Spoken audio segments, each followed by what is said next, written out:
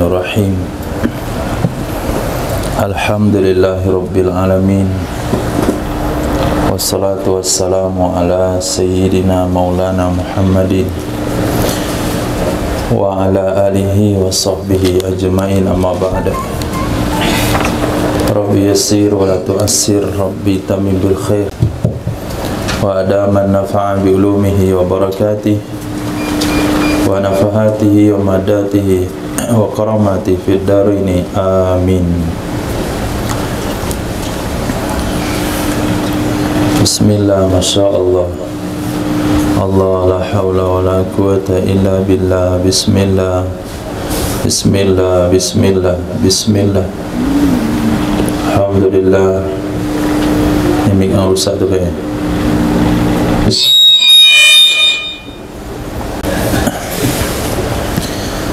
Kita lanjutkan, Masya Allah, sampai mana?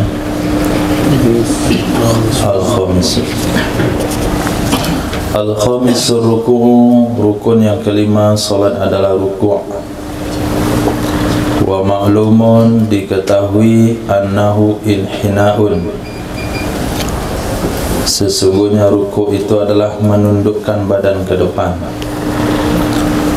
Wa aqalluhu lil qa'im, dan minimalnya ruku' bagi orang yang mampu berdiri, ayyan haniya, bahwa menundukkan badan ia orang berdiri, qadra, seukuran, bulughi rohataihi, sampai dua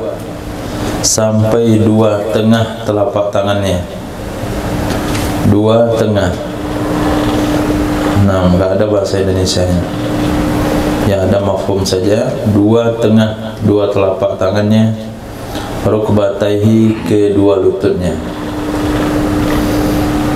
Idza arada wat'ahuma, apabila dia ingin meletakkan keduanya dua rohah atas keduanya dua lutut.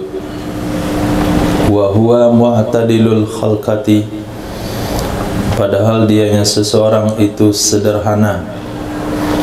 Bahasa lain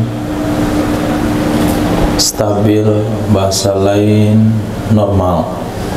Mu'tadilul khalqah, normal penciptaannya, normal fisiknya. Mu'tadilul khalqah, normal fisiknya. Salimul yadain, normal kedua tangannya. Warukbatain, dan kedua lututnya. Ini batasan minimal ruku', rohah. Sampai di sini ini disebut kaf, kemudian batin kaf, zahir kaf, rohah. Nggak ada terjemahannya. Mau terjemahkan apa? Hah? Yang sininya dong. Ini nggak masuk. Kalau masuk nih semua batin kaf, semuanya kaf, kafain. Nah, kecuali muka dan kafain. Apa arti? Nggak ada. Bahasa Indonesia nggak ada. Sehingga ini kita taruh di tempurung lutut sampai. Kalau mau kita taruh itu sampai, merunduk sampai, itu sudah sah. Itu batas minimal. 3 catatannya. 1,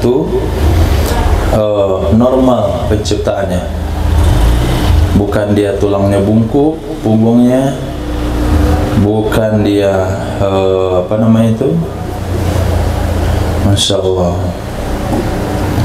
panjang pahanya, kemudian normal pula tangannya, dan normal juga lututnya. Tapi kalau pahanya panjang, tentu susah dia ngambil lututnya. Kalau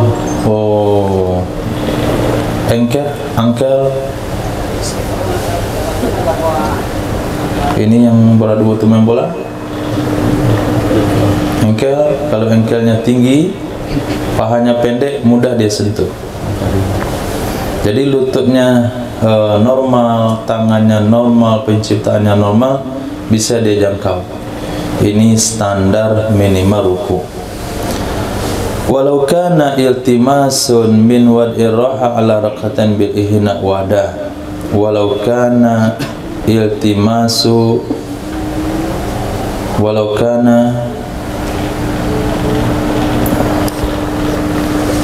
kana iltimasu man tamakkun. Walau kana tamakkun. Salimul yadain wa rukbatain, sampai itu apa baca? Walau kana Tamakkun.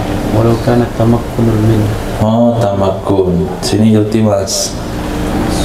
Kita antum iltimas juga tamassu. Walau kana tamakkun min wad'ir rahatain ala rukbatain bil inhina wahda au ma'al inhina lam yakfi dzalika fi ruku'. Jikalau adalah memungkinkan meletakkan dua roha di atas dua lutut dengan inhina saja,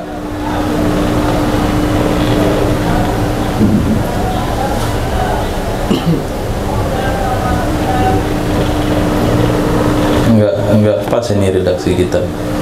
Coba Yusuf baca. Walau kana tamakkun min wad'ir rahataini 'ala rukbatain bil inhina'i wahdahu aw ma'al inhina'i lam yakfi dzalika fi ruku'i. Sama Pak Yusuf kita. Walau kana tamakkunu min wad'ir rahataini ala rukbataini bil inhina'i wahdihi aw ma'al inhina'i lam yakfi. Sama.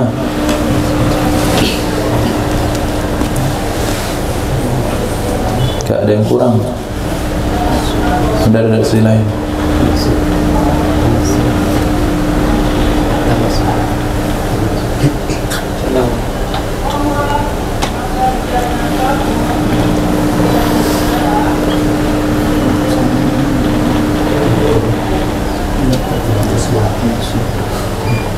Walau kana tamakkunu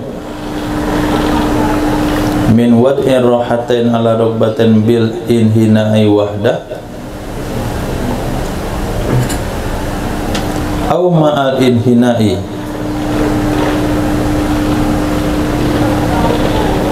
lam yakfi dzalika fi ruku'. Jikalau adalah memungkinkan tamakkun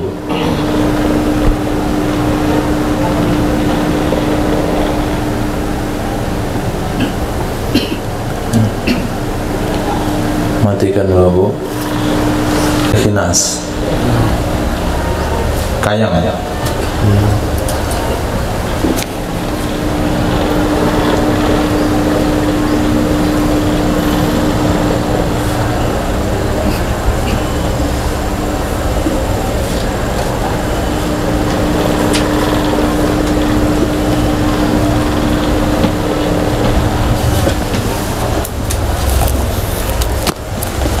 Jadi standarnya ruku itu adalah menundukkan badan ke depan. Ukuran tunduknya adalah dua telapak tangan menyentuh tempurung lutut kalau dia mau meletakkannya, dan dia normal penciptaannya, normal tangan dan dua lututnya. Kalau sekiranya bisa saja dia letakkan dua roha di atas dua lutut dengan cara inkhinas, yaitu membusurkan badan atau membusungkan badan saja, atau beserta inhina, maka tidak cukup demikian dalam ruku'. Karena tujuannya adalah bukan meletakkan dua tangan, tapi tujuannya adalah menundukkan badan ke depan, yang ukurannya bisa tangan menyentuh lutut. Nah, kalau dia letakkan tangan di lutut tapi badannya membusung, maka tidak sah. Mana caranya? Lihat di sirkus.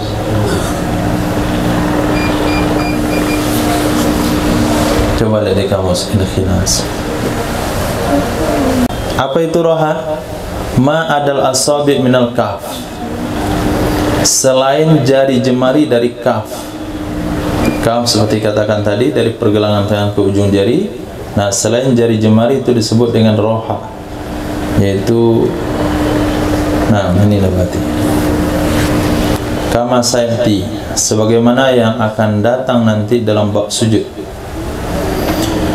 Wa taqaddama ruku'ul qa'id, telah terdahulu cara ruku' orang duduk. Telah terdahulu cara ruku' orang solat duduk. Itu sudah dibahas kemarin. Minimal adalah lutut sejajar, dahi sejajar dengan bagian depan lutut. Maksimalnya adalah dahi sejajar dengan tempat sujud. Bitumakninatin, dengan tumakninah. Bihaisu yanfasilu raf'u an huwiyihi, dengan bahwa terpisah bangkitnya seseorang dari turunnya. Terpisah gerakan bangkitnya dari turunnya. Bagaimana dikatakan terpisah? Bi an tastaqirra a'dha'uhu qabla raf'ihi, bahwa stabil, tenang anggotanya seseorang sebelum bangkitnya seseorang. Nah, ketika dia ruku', Allahu Akbar, posisinya tenang, dah tenang semuanya, baru naik ke atas. Jadi ada jeda antara turun ke bawah dengan naik ke atas. Dalilnya adalah sabda Nabi SAW kepada musi'i salatih, orang yang musik salatihi. Boleh musik salatihi, boleh musik salatahu, orang yang berbuat salah di dalam solatnya. Apa kata Nabi dalam hadis tersebut? Sumarka hatta tatma'inna raki'an, kemudian rukuklah kamu sehingga kamu tenang dalam keadaan rukuk. Muttafaqun alaih. Kemudian syarat rukuk berikutnya, wala yaqsida bihi ghairahu, atau kemana? Yanhaniya, maka bacanya nasab. Wa ayyanhaniya wala yaqsida, bahwa dia tidak bertujuan dengannya ruku selainnya ruku. Artinya dia tidak bertujuan dengannya huwi, turun, selain ruku. Tidak ada tujuan yang lain. Palau hawa litilawatin, jikalau turun ia seseorang karena bacaan, dia solat sendiri misalnya, atau dia jadi imam baca ayat sejadah, kemudian dia turun karena bacaan ayat sejadah. Faja'alahu, lalu menjadikan ia seseorang akannya turun ketika sampai ke batasan ruku', akan dijadikan ruku'. Ini saya tidak mencukupi ia turun untuknya ruku', bal akan tetapi alaihi ayyauda, wajib di atasnya seseorang bahwa dia kembali ke berdiri, kemudian dia ruku'. Innama yu'minu biayatina alladhina idza dzukiru biha kharru sujada wasabbahu bihamdi rabbihim wa hum la yastakbirun. Niatnya rukuk nih, tilawah Allah. Ketika perturunan dia berubah niat. Ini saya di kampung orang sini belum kenal sujud tilawah. Biasa sujud kacau jamaah, fitnah jadinya. Hanya sampai tengah itu langsung turun dia, jadi rukuk. Maka rukuknya batal, naik lagi ke atas. Kenapa? Ketika turun ke bawah ada tujuan yang lain. Nah begitu juga misalnya kalau dia mau garuk kakinya, imam rukuk, dia turun untuk garuk kaki, nanggunglah balik ke atas, kemudian batal sholatnya kalau dia teruskan, batal rukuknya kalau dia tidak sengaja melakukannya dan kembali cepat. Ini minimal daripada syarat ruku. Pertama, bungkukkan badan ke depan bukan ke belakang. Yang kedua, roha menyentuh tempurung lutut dengan catatan normal fisiknya, dua tangan dan kakinya. Kemudian yang ketiga, ada tumak ninah di dalamnya. Yang keempat, dia tidak ada tujuan lain selain pada ruku. Nah, seperti inilah pemaparan bab salat dalam kitab Umdatus Salik. Detail seperti itu, tapi dia kitab kecil, tapi pembahasannya detail seperti itu. Wa akmaluhu, dan yang sempurnanya ruku yang sempurna, taswiyatu dhahrihi wa unukihi, meratakan punggungnya seseorang dan lehernya seseorang. Diratakan punggung dan leher bagian belakang. Kasofihati, seperti selembar kain, selembar papan. Sofiha, seperti dia satu lembar. Littibai, karena ikut Nabi SAW, hadis Imam Muslim. Kemudian nasbu saqaihi, menegakkan betisnya, menegakkan dua betisnya. Nah, dalam bab menegakkan dua betis ini terjadi praktek yang berbeda. Yang saya lihat di antara sebahagian orang mengaji di surau, orang mengaji duduk. Kita kan ngaji duduk juga. Yang ngaji di surau-surau dengan pondok pesantren. Yang saya lihat, kiai-kiai tua di Sumatera Barat, kalau rukuknya itu betisnya lurus. Kalau nggak salah seperti rukuknya Ihsan, itu rukuk orang tua. Boleh Ihsan berdiri, betisnya lurus. Ya. Pada berubah? Hah? Enggak begitu biasanya. Tanpa rubah-rubah. Di surau atau tuangku, itu rukuknya betisnya lurus. Allahu Akbar. Ini lurus. Ini buat. Nah, lihat. Hah? Itu baru perhatikan sekarang. Ini lurus, seperti kitab lurus itu. Nah, ini rukuknya. Kita kan begini, dia nggak gini. Itu biasa kan? Hah?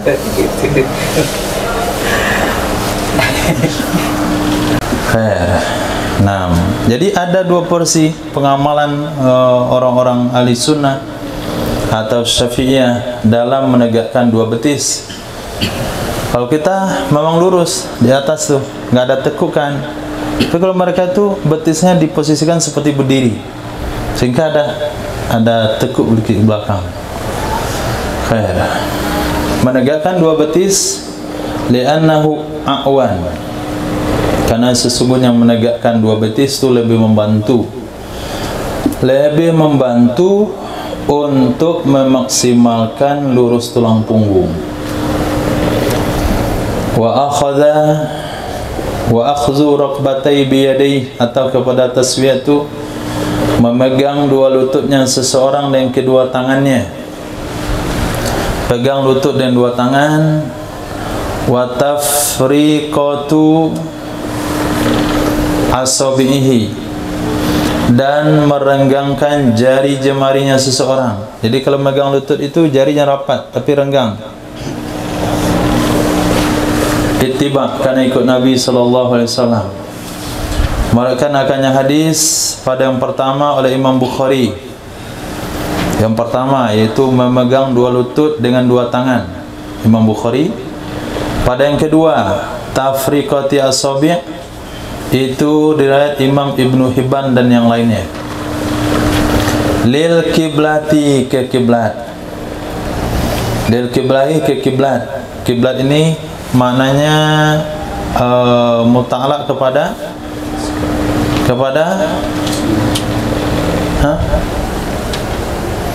tafriqatu. Tafriqatu as-sabihi lil kiblah, merenggangkan jari jemarinya ke kiblat, artinya li jihatiha, arahnya kiblat. Jadi yang sampai jari jemari, ini lutut misalnya. Mana lutut? Ini lutut. Jari jemari begini.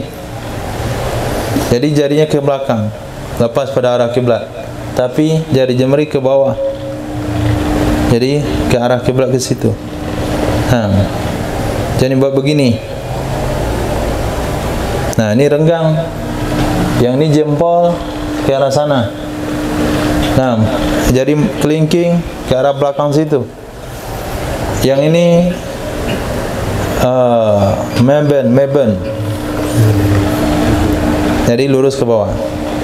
Nah, renggang, jangan rapat, renggang. Nah, khair. Itu kan perkara kecil sekali. Kemudian mana lagi? Li'annaha asraful jihah. Kenapa ke kiblat? Kenapa enggak sembarangan saja? Karena sesungguhnya arah kiblat itu semulia-mulia arah.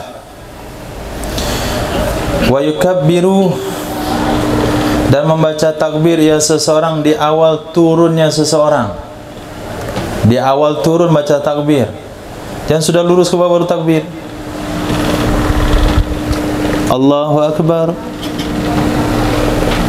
Sami Allahu liman hamidah.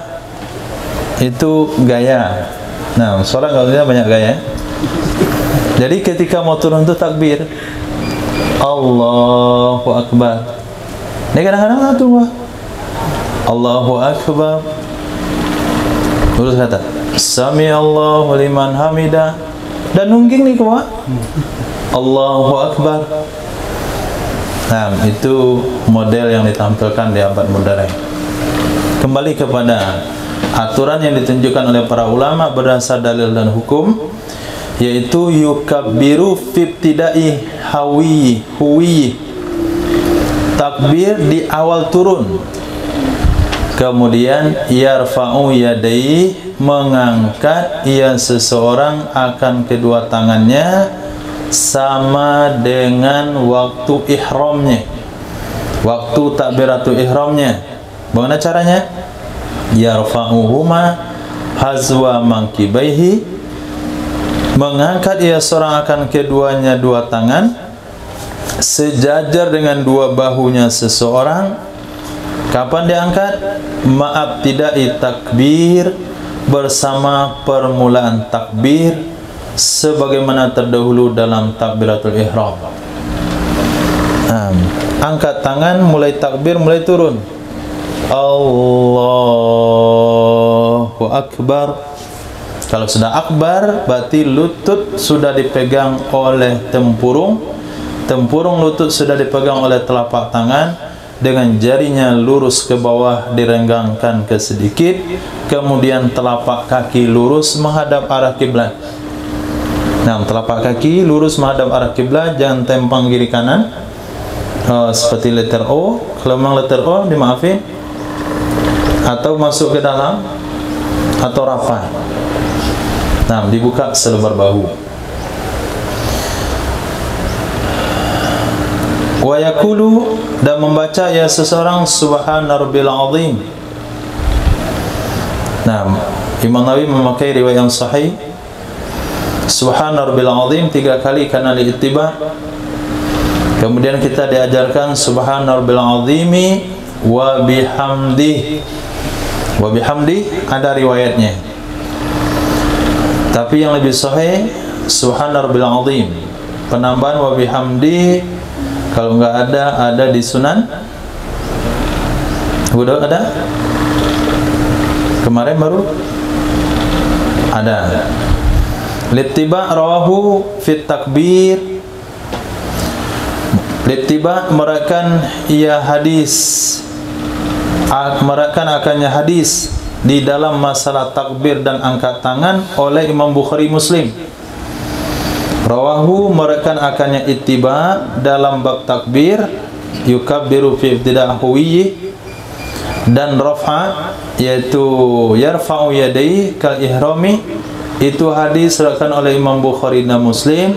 Dalam bab tasbih subhana rabbil azim diriwayatkan oleh Imam Muslim saja.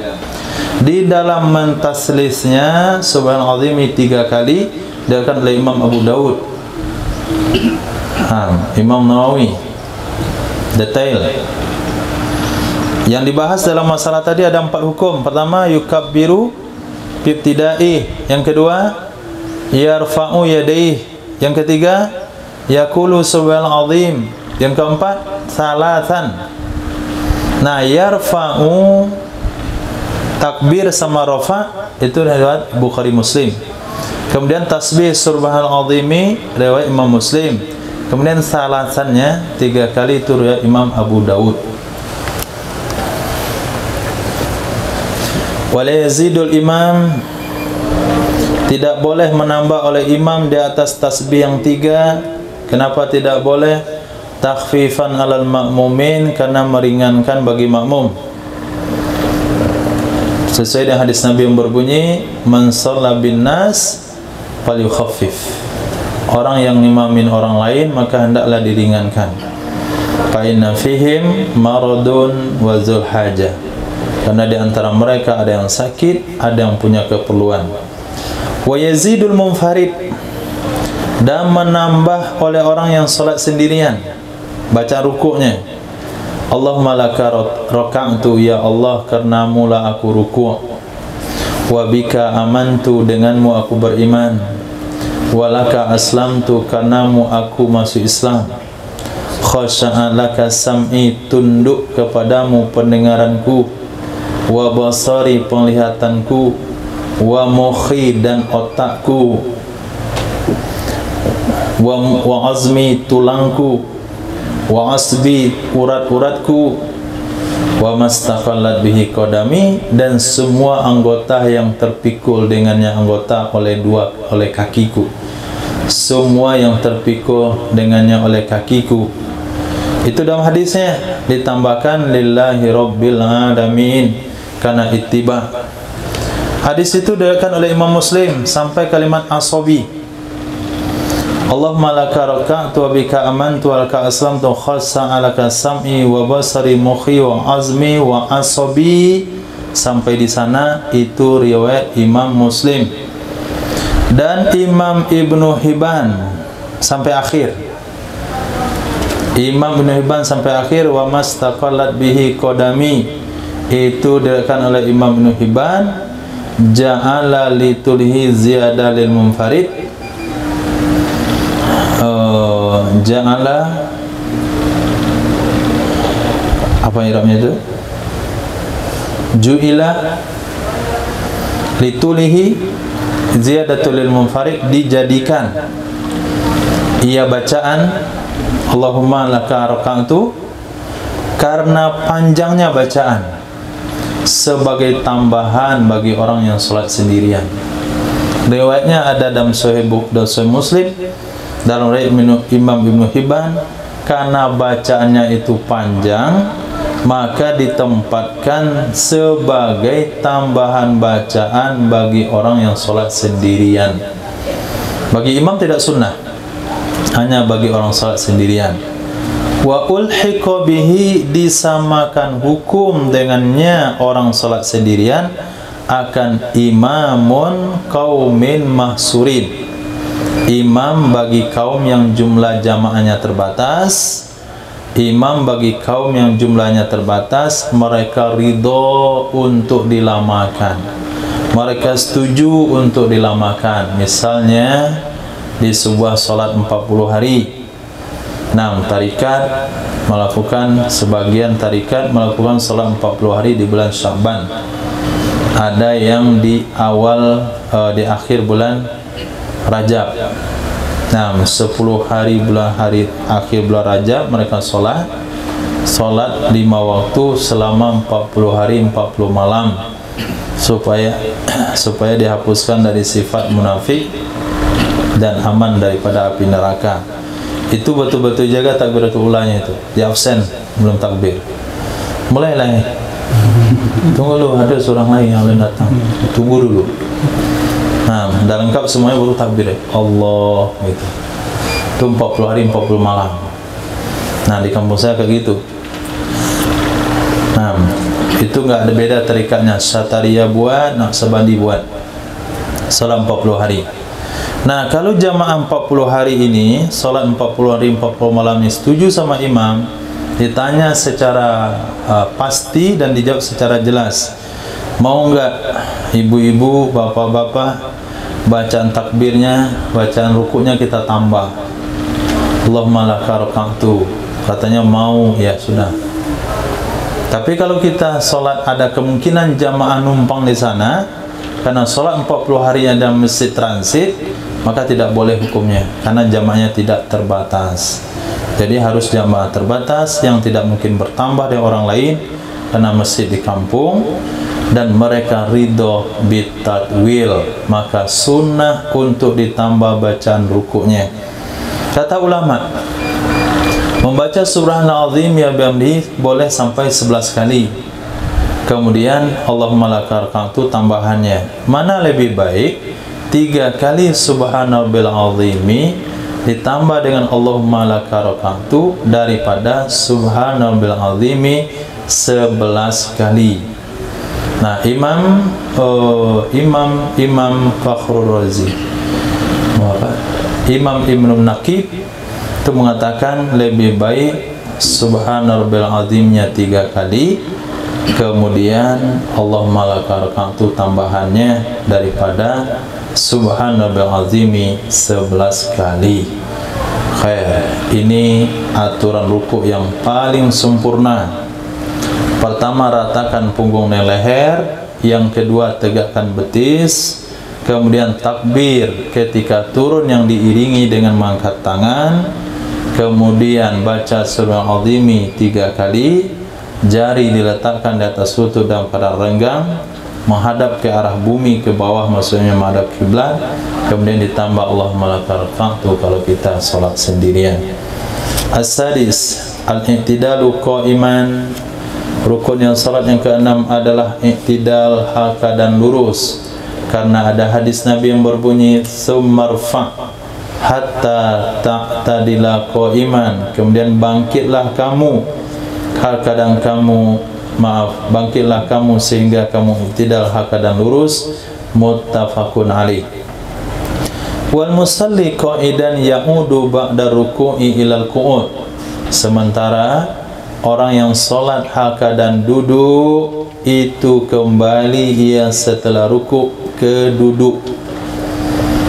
Kalau orang solatnya duduk, kembali ke duduk, itu i'tidalnya. Yang kita bahas di sini adalah orang solat berdiri. Qa'iman hal keadaan berdiri, mutma'innan hal keadaan dia tumaknina. 5 fi hadisis musi'i salatahu, sebagaimana dalam hadis orang yang merusak solatnya, dalam riwayat Imam Ibnu Hibban dan yang lainnya. Di sana ada si hadis yang berbunyi fa idza rafa'ta ra'sak, apabila kamu mengangkat kepalamu, artinya dari ruku, fa aqim sulbak, tegakkanlah tulang sulbimu, hatta tarji'al idhamu ila mafasiliha, sehingga kembali tulang benulang ke persendiannya. Kembali tulang benulang ke persendiannya. Wala yaksidu bihi ghairahu, dan tidak bermaksud ia seseorang dengannya i'tidal selainnya i'tidal. Falau rafa'a faza'an, jikalau bangkit ia seseorang karena takut, khaufan takut, atau karena kaget, min syai'in dari sesuatu, lam yakfi raf'u lidzalik, tidak cukuplah bangkitnya seseorang bagi karena demikian takut, ar-raf'is shalah, untuk bangkit solat. Kalau dia bangkit karena kaget, nah dia sedang ruku, lewat kucing, Atau datang kawan, bukan kawan tuh, iblis. Nah, belakang, dia nak rukuk belakang, tusuk perut. Kiri kanan tuh sakit, lonjak begitu, terperanjat. Udahlah. Rabbana lakal hamdu minas samawati wal ardi mimma syi'ta min syai'in ba'du. Alhamdulillah kamu dah bantu saya i'tidal. Enggak sah hukumnya, harus turun lagi ke bawah. Kenapa? Karena bangkitnya tadi terperanjat karena takut atau karena diganggu kawan. Nah, jadi semata-mata melakukan sesuatu itu hanya tujuan salat, bukan karena faktor lain. Wa yusannu, dan disunahkan. Ini bahasa disunahkan masuk dalam kategori akmaluhu, yang sempurnanya tumaknina adalah ditambah dengan sunah-sunah berikut. Disunahkan mengangkat kedua tangannya seseorang hazwa mangkibe, sejajar dengan dua bahunya, ma'a ibtidai ra'sihi, bersamaan dengan memulai mengangkat kepalanya seseorang. Mengangkat dua tangan sejajar dengan dua bahu dimulai bersamaan dengan mengangkat kepala. Kepala diangkat dari rukuk, sami Allahu liman hamidah, tangan diiringi ke atas, sami Allahu liman hamidah. Hakadan mengatakan sami Allahu liman hamidah. Tiga yang harus diserasikan: pergerakan badan dari rukuk ke i'tidal, diiringi dengan gerak tangan sampai diangkat sejajar bahu, kemudian ucapan lidah sami Allahu liman hamidah. Dah itu tangan dah lurus ke bawah. Dah sami Allahu liman hamidah. Nah, sami Allahu liman hamidah, itu masih kurang. Kalau yang tadi nilainya 98, ini 95 atau 96. Nah, yang nilainya 70, sami Allahu liman hamidah. Diulang-ulang biar kita puas itu. Menjengkel namanya, ikut solat tu di masjid, menjengkelkan kali imam tu. Nah, mana ya? Oh, geram lah dia ni. Nah, itu termasuk seseorang mengimami jamaah dan jamaahnya tidak senang, maka dia tidak dapat pahala karena faktor syar'i, bukan karena beda partai, tapi karena faktor syar'i.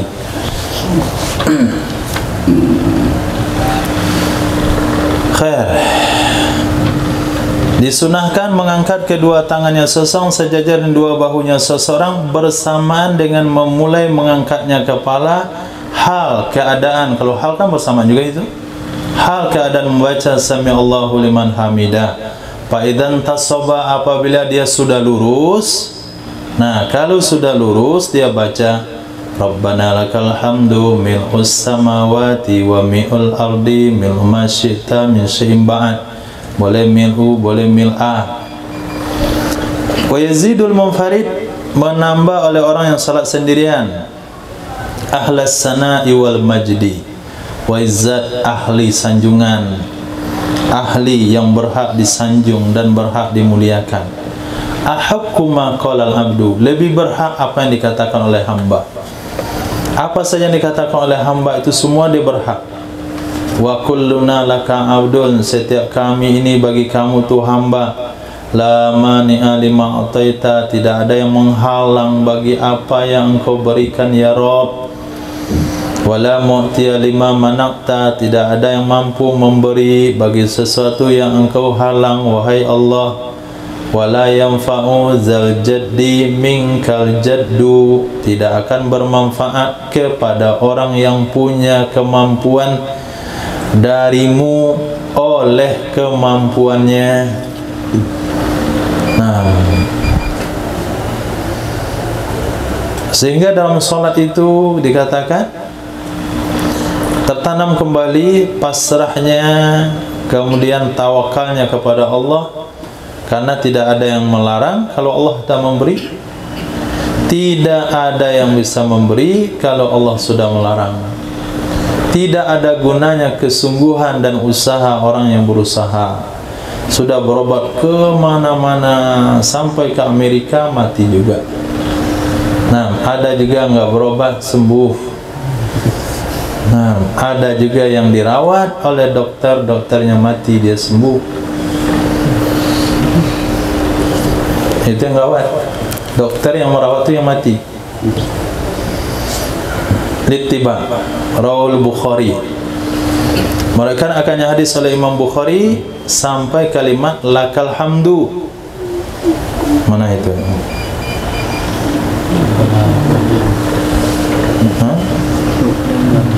Rabbana walakal hamd. Itu riwayat Imam Bukhari dan diriwayatkan oleh Imam Muslim sampai akhir.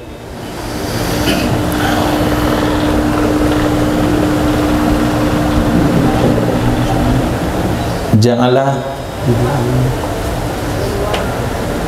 ajzuhu kan ziyadatuhu kayak di atas.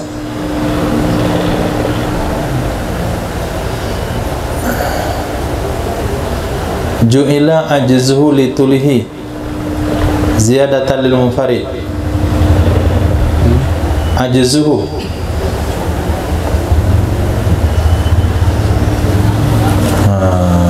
ajzuhu apa artinya? Mampu. Enggak cocok.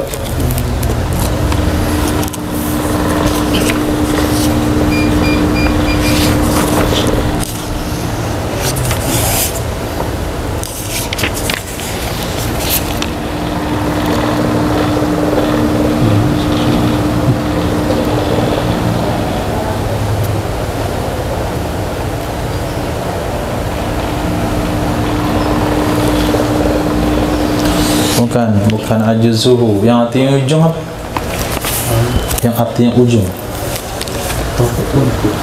Nah, yang kalimatnya ajaza juga, tapi ujung. Apa barisnya?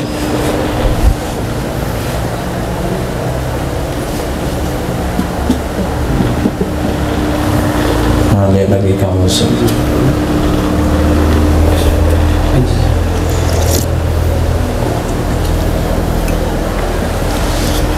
Artinya dijadikan ujungnya bacaan di atas, yaitu ahlas sana'i wal majdi, litulihi karena panjangnya ujung, sebagai tambahan bagi orang salat sendirian. Apa bahasa Arabnya ujung yang terdiri pada kalimat ain, jim, zai?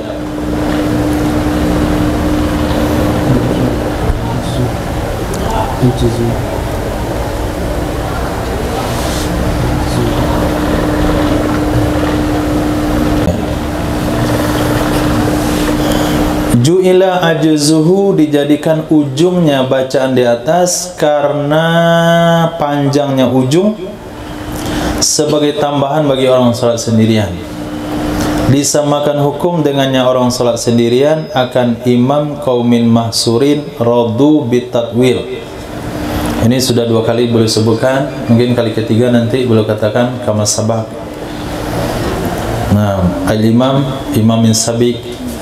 Wa yajharul imamu, menjaharkan oleh imam dengan kalimat Sami Allahu liman hamidah. Wa yusiru bima ba'dahu, mensirkan dengan kalimat setelahnya Sami Allahu liman hamidah, yaitu Rabbana walakal hamdu. Ba'dahu, setelahnya Sami Allahu liman hamidah oleh makmum. Wal munfaridu, dan oleh munfarid, bil jami', dengan semuanya. Sami Allahu liman hamidahnya makmum juga sir. Wal muballigh kal imami, orang yang muballigh, yang menyampaikan, menyambung bacaan imam, itu sama dengan imam. Nah, muballigh. Nah, muballigh ini berguna ketika mati lampu atau ketika mic mati dan suara imam tidak sampai ke belakang, atau imam sedang habis suara. Dan tidak perlu muballigh kalau ada sound system. Nah, pengadaan muballigh kalau ada sound system bid'ah. Kalau nggak salah di dalam kitab Fathul Mu'in pembahasannya, seperti yang dilakukan oleh Wahabi di Makkah, Madinah. Sami Allahu liman hamidah, itu bagi imam, dia hemat suara. Baru membalik Sami Allahu liman hamidah, trennya begitu. Itu termasuk perkara bid'ah. Nah, kalau antum bisa cek kembali dalam kitab Fathul Mu'in kalau nggak salah. Wal muballigh kal imam zakarahu, menyebutkan ia Imam Nawawi akannya pendapat dalam kitab Syarah Muhadzab. Makna Sami Allahu liman hamidah adalah taqabbalahu minhu, menerima ia Allah akannya pujian darinya orang. Sami Allahu liman hamidah ini bahasa isyarat. Nah, bahasa isyarat yaitu Allah mendengar orang yang memujinya. Ya, maksudnya Allah menerima pujian dari orang yang memujinya. Mil'u itu dengan rafa, iram itu na'at. Mil'a itu dengan nasab. Mil'a boleh, kalau nasab dia jadi hal. Kalau jadi hal dia ditakwil menjadi malian, takwil kepada isim fa'il. Dengan takdir ayakuna jisman, dengan mentakdirkan bahwa ada iaitu fisik, bahwa ada ia pujian itu fisik, ada jasadnya, malian. Nah, puji-pujian yang memenuhi. Nah, yang memenuhi berarti seolah-olah pujian itu ada fisiknya, ada zatnya. Min seimba'at, min seimba'at dari sesuatu setelahnya, setelahnya sepenuh langit dan bumi, yakni seperti kursi. Itu seimba'at. Wasi'a kursiyus samawati wal ard, wasi'a kursiyus samawati wal ard, mencakup, mengalahkan luas kursinya Allah akan langit dan bumi. Kemudian ahla itu dan nasab, iraknya munada. Ahla sana iwal majdi, jadi ahla itu munada dan membuang yanida. Nah, yanida. Kemudian sana artinya madah, pujian, ahli, pujian, dan majdi artinya azamah, keagungan. Ahaku iraknya untuk mutada. La mani'a ilah itu khabarnya. Nah, sudah sehat ya berarti. Kurang dikit volumenya. Soalnya sudah kembali normal. Allah, bismillah. Wala mani'a, dikit kali. La mani'a, la mani'a. Kalimat la mani'a sampai akhir itu khabar daripada la. Wa ma bainahuma itu i'tirad. Antara keduanya itu jumlah i'tirad. Mana dia? Ahlas sanai wal majdi ahaqqu ma qala abdu wa kulluna laka abad. La mani'a lima ataita wa la mu'tiya lima mana'ta wa la yanfa'uzal jadi minkal jad. Apa tadi kata beliau? Ahaqqu khabar, la mani'a aku muqtada, la mani'a khabar. Ahaqqu ma qala al-abdu, la mani'a itu khabarnya, wa kulluna laka abdun itu yang ma bainahuma, wa kulluna laka abdun itu jumlah mu'taradah. Jumlah mu'taradah artinya jumlah yang ada antara muqtada dan khabar. Dia juga bisa terdiri pada muqtada khabar, juga terdiri pada jumlah fi'il dan fa'il. Nah, kalau ada tulisan bahasa Indonesia itu ditandai dengan strip kiri kanan. Nah, strip kiri kanan, kemudian atau kurung. Nah, berkata sang kiai, kemudian fulan bin fulan. Lepas itu dia adalah, bicara dulu soal dia dikit. Dia adalah ini, kemudian katanya. Nah, itu yang di tengah itu namanya jumlah mu'tarid. Jumlah yang luar dari pembahasan tapi masih ada hubungan. Kemudian jaddi itu mana ghani. Wala yanfa'u zal jaddi, tidak bermanfaat akan orang punya kemampuan, artinya kekayaan, minka darimu wahai Allah, minka dengan makna indaka di sisimu. Jaddu oleh kekayaannya. Mengatakan akannya tafsir tadi oleh Imam Az-Zahari. Titik. Cukup sampai di situ. Disunahkan kunut. Jadi rukuk tidak boleh tujuan turun saya rukuk. Iya, betul. Tadi suara rukuk dua yang mengaruhkan. Terus dia harus kembali rukuk. Paling tidak lurus. Bagaimana orang yang ketika berdiri, ketika imam mau rukuk, dia tuh udah niat nih mau rukuk sekalian dia. Oh, nggak apa-apa. Niatnya rukuk, tapi sekalian niat garuk kaki. Kembali kepada kaidah ini, nih pas sekali. Setiap perkara yang ditasyrik dengan sebuah ibadah, kalau perkara itu bisa dilaksanakan tanpa lari daripada ibadah, maka nggak ada masalah. Sama dengan tabarut ketika mandi, sama dengan garuk kaki ketika ruku, sama dengan melap hidung ketika sujud. Dahi dia mau dilap ke tempat sujud, jadi sujudnya tuah jalan ya, sekalian lap dahi atau garuk kening, maka hukumnya sah-sah saja, nggak ada masalah. Tapi kalau mengganggu seperti apa, harus terpisah pelaksanaannya, ini membatalkan, tasyrik yang membatalkan. Nanti kita ulang lagi di sini. Iya. Tentang mendapatkan tahrim takbiratul ihram dengan imam.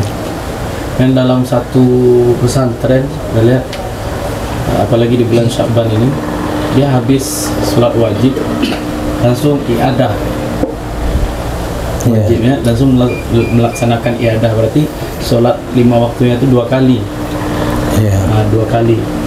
Pertanyaannya, apakah dengan iadah itu tetap terhitung takbiratul ihram? Sebagaimana yang kita ketahui kemarin di Al-Lumah, apabila sudah tertunai satu yang wajib, maka setelahnya itu maka itu sudah dihitung melakukan fardu. Bagaimana?